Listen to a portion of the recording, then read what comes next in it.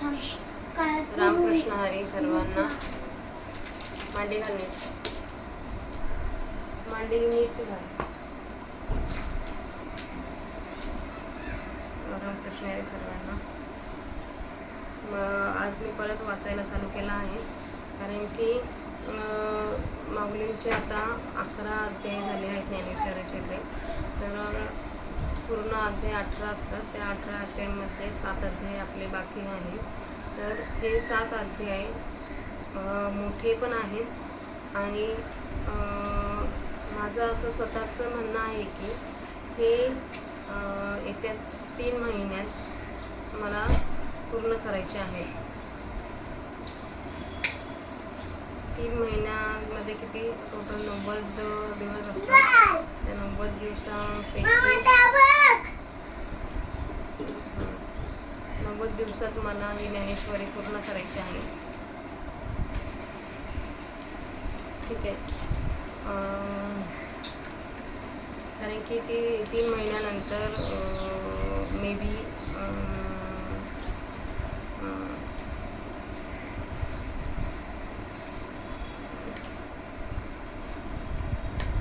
माझी धावपळ जास्त चालू होणार आहे. सो ह्या 3 महिन्यात मला हे पूर्ण करायचं आहे माऊलींचं पारायण. तर आजच्या सेवेला सुरुवात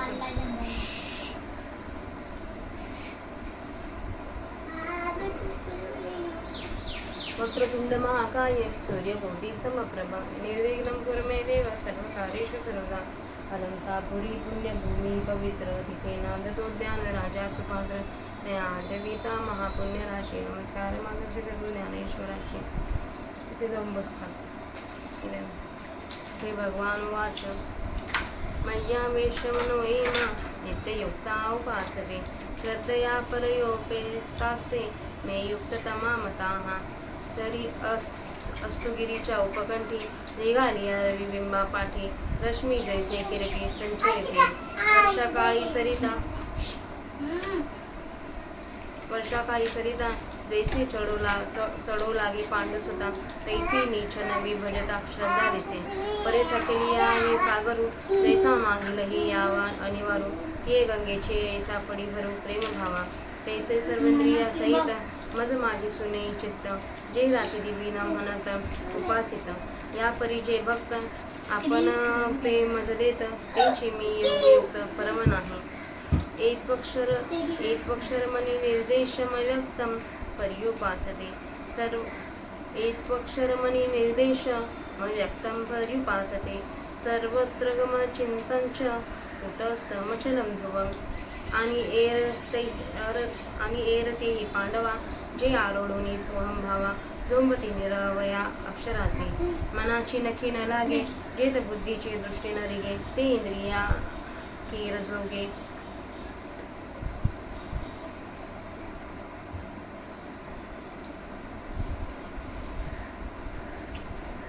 काही होईल परिध्याना एक वाडे म्हणून एक ठाई न संपडे. व्यक्ती सीमाची वडे कोणीही नोहे जया सर्वत्र सर्वपणा सर्वाही काळी असणे. जे पाहुणे चिंतवणे हिंपडुनी नाही जे होय ना हो नोहे जे नाही ना आहे ऐसे म्हणून उपाय उपजतीची ना. जे चळे न लळे से रे न मिळे ते आकुलिनीची निबळे अंगिवली जिने.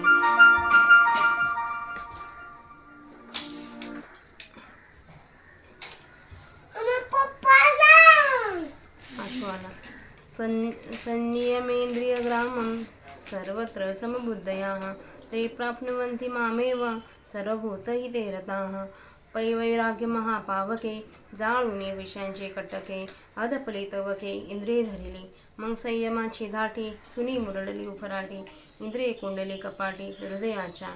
आपानीची या कवाडा लावून आसन समुद्रा सुहाडामुळे बंधांचा हुडा पन्नासीला. आशेचे लाग तोडिले ऐधैर्याचे कळे झाडिले निद्रेचे शोधिले काळवखे. वज्राग्नीच्या ज्वाळी करून या पान धातूंची होई व्याधींची पूजिली यंत्रे. मग कुंडलिनी ये चेटेंबा आधारी केला उभा तया सोजविले प्रभा निमतावरी. नवद्वारांचा चौथकी बाणने संयतीची आडवंकी उघडली खिडकी प्रकार रातींची प्राणशक्ती चामुंडी प्रवृणी संकल्प मिळणे मनोमहेशाची मुंडे दिधली बळी चंद्रसूर्या भुजावणी करुणी अनाहताची सुडावणी 17 पाणी जिथली वेगे मग मध्यमा मध्य विवरे तेने कौरवे दादरे ठाकिले चवरे ब्रह्मरंद्रीचे वरी मकारात सोपान ते सांडुनिया गहन काखे सुनिया गगन भरले ब्रह्मे ऐसेनीचे समबुद्धी गृहावया स्वयंसिद्धी अंगविताती निरवधी योग दुर्गे आपुलिया साठोवाटी शून्य घेती उठोटी उठावते तेही मातेचे घेते पावते गान वाचुनी योगाचे निबळे अधिक काही मिळे ऐसे नाही आगळे कष्टचे तया क्लेशोधिक तरस्तेषां व्यक्ता सक्त चेतसां अव्यक्ता हि गतिदुर्गम देहवदभिर्वाप्यते जे ही सकळ भूतांच्या हिती निरालंबी व्यक्ती पसरली या आसक्ती भक्तिविन तया महेंद्रादादी पदे करिताती वाढवदे आणि रिद्धिसिद्धीची द्वंद्वे पडून राहती कामक्रोधांचे विलग उठावती अनेक आणि शून्यसे आग झंजावे की तहाने तहानची पियावी भुकेली या भुकेचे खावी अहोरात्र वावी मवावा वारा उन्नेंद्रियाचे पवडणे निरोधाचे वेलावणे झाडाचे साजणे सावळावे गा शीत वेढावे उष्ण पांघुरावे वृष्टीचे आसावे घरा अंतून किंबहुना पांडवा हा अग्निप्रवेशू निचनवा भ्रतारे विण करावा तो हा योग येत स्वामींचे काज नाबा पिके व्याज परिमरणेसे झुंज नीच नव्हे ऐसे मृत्यू नितिख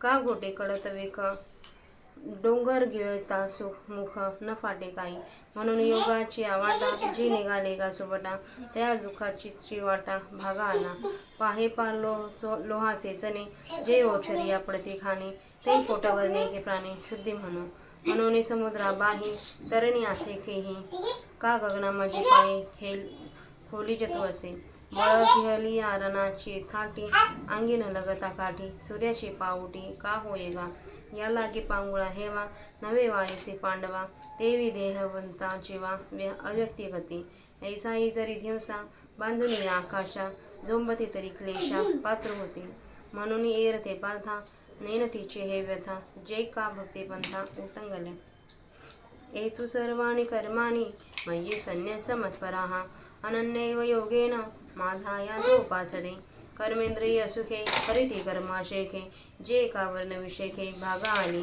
विधीती पाळीते निषेधाते गायित मज देऊनी जाळीत कर्मफळे या परी पाही अर्जुना माझ्या ठाई संन्यासवणे नाही करीती कर्म आणि के जे जे सर्व कायिक वाचिक मानसिक भाव तया मी वाचुनी धाव आणवती नाही ऐसे जे मत्पर उपासिते निरंतर ध्यानमिषे घर माझे झाले जयांची आवडी केली मजशी कुळवाडी भोग मोक्ष बापडी त्यजिली कुळे ऐसे अनन्य योगी विकले जीवे मानी आंगे त्याचे काही एक सांगे जे सर्व मी करी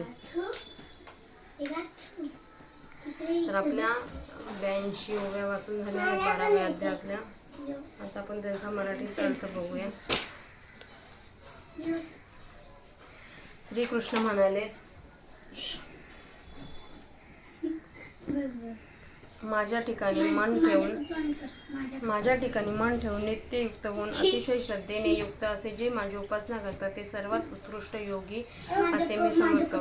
तर अर्जुना अस्ताचलाच्या समीप सूर्य गेल्यानंतर सूर्यबिंबामागून जशी किरणे जातात अर्जुना ज्याप्रमाणे पावसाळ्यात नदीचे पाणी रोज वाढते त्याप्रमाणे माझे भजन करीत असताना माझ्या भक्तांचे माझ्याविषयीचे प्रेम नित्य नवे वाढणारे दिसते.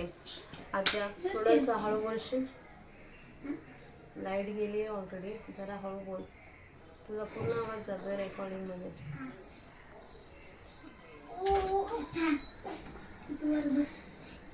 तर अर्जुना अस्ताचलाच्या समीप सूर्य गेल्यानंतर सूर्यबिंबा मागून जशी किरणे जातात अर्जुना ज्याप्रमाणे पावसाळ्यात नद्यांचे पाणी रोज वाढते त्याप्रमाणे माझे भजन करीत असताना माझ्या भक्तांचे माझ्याविषयीचे प्रेम नित्य नवे वाढणारे दिसते. परंतु गंगा नदी समुद्रास प्राप्त झाल्यानंतरही जसा तिच्या मागील पाण्याचा अनिवार्य लोट येत राहतो, त्या गंगेच्या सारख्या ज्याच्या प्रेमभावाला जोर असतो, तसेच जे रात्र आणि दिवस असे काही न म्हणता सर्व इंद्रियासहित माझ्या स्वरूपी दृढ अंतःकरण ठेवून माझी उपासना करतात, याप्रमाणे जे भक्त मला आपला आत्मभाव देतात त्यांनाच मी श्रेष्ठ प्रतीचे योगयुक्त मानतो. तथापि जे अक्षर, अनिर्देश, अव्यक्त, सर्वव्यापी, अचिंत्य, अविकारी, अचल व ध्रुव अशी वस्तूची उपासना करतात आणि अर्जुना, याविषयी दुसरी निर्गुण उपासक जे ते मी ब्रह्म आहे अशी दृढ भावना करून अवयवरहित व अविनाश अशा ब्रह्माला धरावयास पाहतात, ज्या ब्रह्माच्या ठिकाणी मनाचा प्रवेश होत नाही आणि बुद्धीची दृष्टी जिथे प्रवेश करत नाही, ते इंद्रियांना खरोखर गोचर होईल काय? परंतु जे ब्रह्म एकाच ठिकाणी न सापडल्यामुळे व कोणत्याही आकारात ते येत नसल्यामुळे जे ध्यानालाही कठीण आहे, जी वस्तू सर्व ठिकाणी सर्व रूपाने व सर्व काली असते, ज्या स्वरूपाचे ध्यान करण्याकरिता गेले असता चिंतन करण्याची क्रिया तेथे आपला काही न लागल्यामुळे खजील होते, जी वस्तू उत्पन्न नाही होत नाही व नाशही पावत नाही, व जी वस्तू नाही असे नाही आणि आहे असेही नाही, आणि जी वस्तू अशी असल्यामुळे जिच्या प्राप्तीविषयी साधने संभवतच नाही, जे चालत नाही व हालत नाही, जे संपत नाही व मळत नाही, ते ब्रह्म आपल्या बळाने ज्यांनी स्वाधीन करून घेतले आहे. इंद्रिय समुदायाचे नियमन करून सर्वत्र समबुद्धी ठेवणारे व सर्व भक्तांचे जे त्यामध्ये रत असणारे अशी उपासना करणारे ते देखील माझ्या प्रतच येतात. ज्यांनी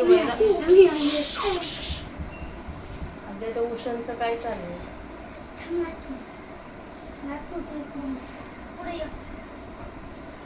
अव्यक्त ब्रह्माच्या ठिकाणी ज्यांचे चित्त आसक्त आहे त्यांना अधिक क्लेश पडतो, कारण देहधाऱ्यांना अशक्य अव्यक्त ब्रह्माच्या प्राप्तीच्या मार्गे कष्टाने साध्य होतो. आता इथे बस, इथे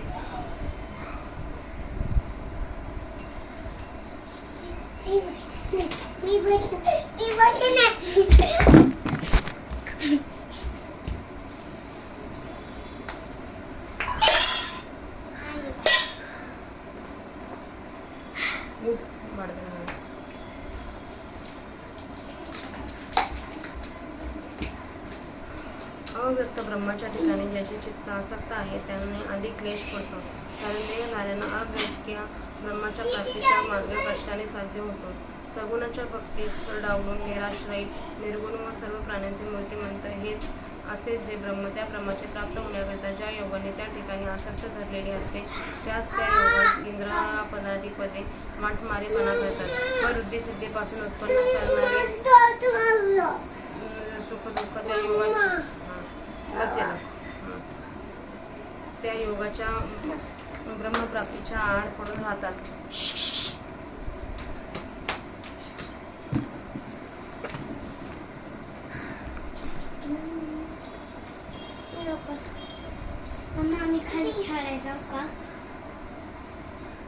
शांत इथं बस. ब्रीथ इन ब्रीथ आउट करत बस आणि ऐकत बस. काय वाचते ते ऐक, जरा मोठी झाली आता. शांत बस आणि हे सगळं रेकॉर्डिंग मध्ये ऐकायला जाते.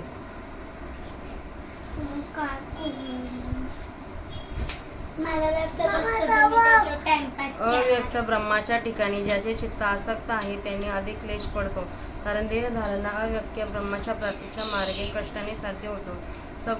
सगुणाच्या भक्तीस डावलून निराश्रय, निर्गुण आणि सर्व प्राण्यांचे मूर्तिमंत हितच असे जे ब्रह्म त्या ब्रह्माची प्राप्त होण्याकरिता ज्या योगांनी त्या ठिकाणी आसक्ती धरलेली असते, त्यास त्या योगास इंद्रपदाधिपते वाटमारेपणा करतात व सिद्धीपासून उत्पन्न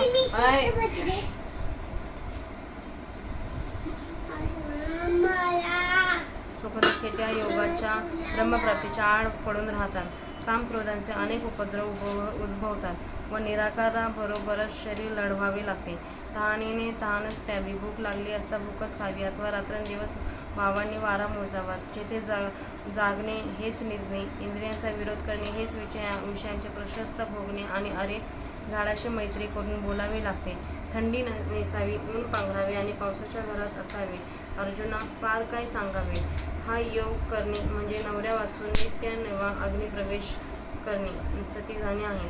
हा योग करण्याच्या कामात नवऱ्याबरोबर सती केले असता जसा पुढे तोच नवरा मिळतो, तसा नवरा मिळवण्याचे काम नाव नाही, अथवा बापाच्या कडच्या कुलाचाराचे काही निमित्त नाही, परंतु मरणाबरोबर मात्र नित्य नवी लढाई आहे. याप्रमाणे योगाने दुःख मृत्यूहून तीक्ष्ण आहे, अथवा कडक विष पिववेल काय? डोंगर गिळताना मूग फाटणार नाही काय? म्हणून अर्जुना, या योगाच्या वाटेने माझी प्राप्ती करून घेण्याकरता जे निघाले त्यांच्या वाटेला दुःखाचाच भाग आला. असे पहा की जेव्हा बोचऱ्या माणसाला लोखंडाचे चणे खायचा प्रसंग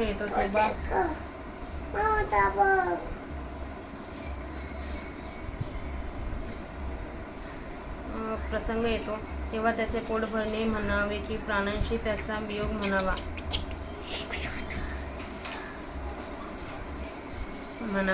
म्हणून भावनी समुद्र तरून जाणे हे कुठे शक्य आहे काय? अथवा आकाशात पायाने चालणे घडते काय? युद्धाच्या गर्दीत गेल्यावर अंगाला काठीचा घाव न घालता सूर्याची पायरी करून सूर्यमंडळाचा भेद करून जाता येईल काय? म्हणून अर्जुना, ज्याप्रमाणे पांगळ्याला वायूशी स्पर्धा करता येणार नाही, त्याप्रमाणे शरीरधारी जीवांची निर्गुण ब्रह्माच्या ठिकाणी गती नाही. असे असूनही जर ते जीव धैर्य करून निर्गुणाचाच भिक्षा पुरवतील तर त्यांना दुःख प्राप्त होईल. म्हणून अर्जुना, याहून दुसरे जे भक्ती मार्गाला लागले ते हे दुःख जाणत नाही.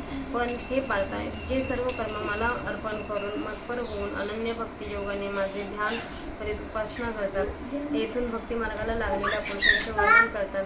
त्या भक्ती मार्गाला लागलेल्या पुरुषांची कर्मे वर्णाश्रम धर्मानुसार सर्व कर्मे आनंदाने करीत असतात. ते पुरुष शास्त्राने सांगितलेल्या आज्ञांचे पालन करतात व शास्त्राने मनाई केलेली कर्म ते करत नाहीत व केलेल्या कर्मांची फळे ती कर्म मला अर्पण करून जाऊन टाकतात. अर्जुना, याप्रमाणे ते मला कर्म अर्पण करून कर्मे नाहीसे घालतात. आणखी ज्या म्हणून काही शरीराच्या, वाणीच्या आणि मनाच्या क्रिया असतात त्या सर्वांची प्रवृत्ती माझ्याशिवाय दुसरीकडे नसते. असे जे माझे ठिकाणी घडून माझे निरंतर उपासना करतात व जे माझे निरंतर ध्यान करतात व त्या ध्यानाच्या निमित्ताने जे माझे घर झाले आहेत, ज्यांच्या प्रेमाने माझ्याशी देवजून केलेली असते व आई व पारत्रिक भोग व मोक्ष ही कुळे दोन आहेत, असे समजून ज्यांनी त्याचा त्याग केलेला असतो.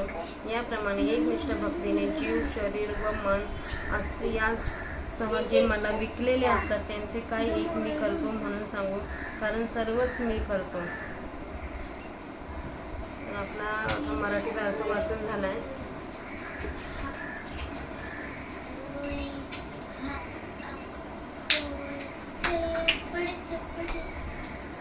भक्ती मार्गाला जी माणसं लागतात त्यांचे आता इथं वर्णन चालू केले देवाने. म्हणजे योग करून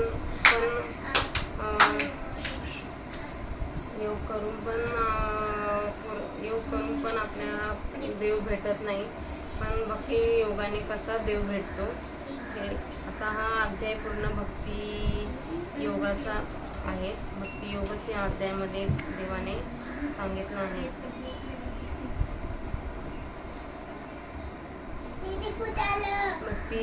भक्ती मार्गाने जाणाऱ्या माणसाचे जे काही कर्म असतात ते आपण सर्व जर त्या देवाला अर्पण केली तर ती नाहीशी होतात. म्हणून जर आपल्याला असं वाटत असेल की आपल्या हातून काही चुकीचे कर्म घडले, काही चांगले कर्म घडले, तर ती सर्व आपण देवाला अर्पण करा आणि त्यातून मुक्त होऊ शकतो. झालेली आजची माऊलींची सेवा माऊलींच्या समाधीवर अर्पण करूया आणि सेवेला पूर्ण